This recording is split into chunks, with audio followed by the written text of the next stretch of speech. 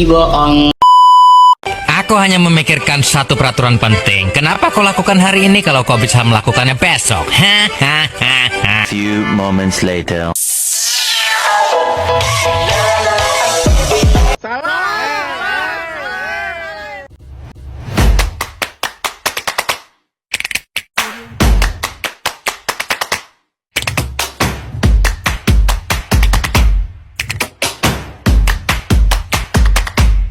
Hai guys, assalamualaikum warahmatullahi wabarakatuh. Perkenalkan, nama saya Ainur Rahmi Alifiani. Saya Andi Julia Kasri. Kami dari kelas 10 FKB 2.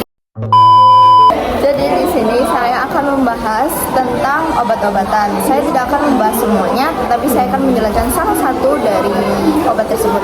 Saya akan membahas itu mengenai obat tidur. Terus isinya itu ada efek samping, jenis-jenis obat tidur, dan dampak negatif. Nah teman-teman, saya mau nanya nih, ada yang tahu gak sih obat tidur itu apa? Kira-kira tahu tidak ya? Saya mau tanya Andin. Din, kamu tahu obat tidur gak sih?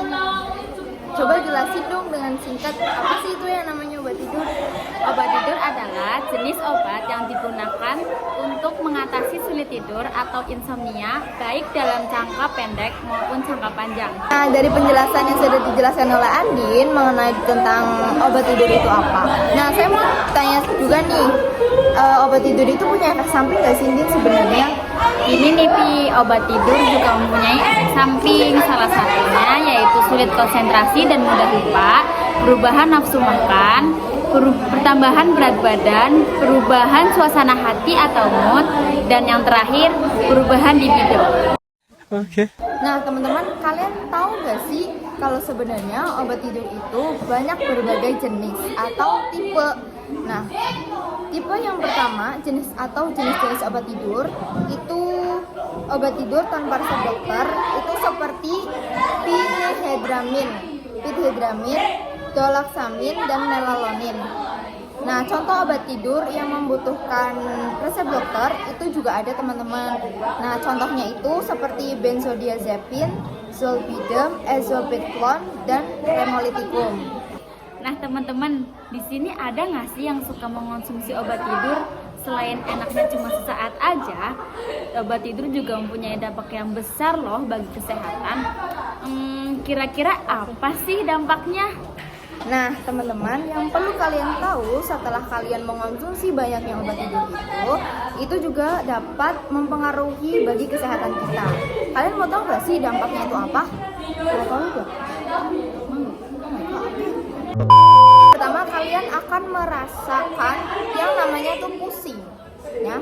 Pusing itu setelah kalian mengonsumsi obat tidur tersebut. Yang kedua, kalian akan merasa bingung atau linglung. Yang ketiga, kalian akan merasakan yang namanya lupa, yaitu kayak ngeblank sesaat.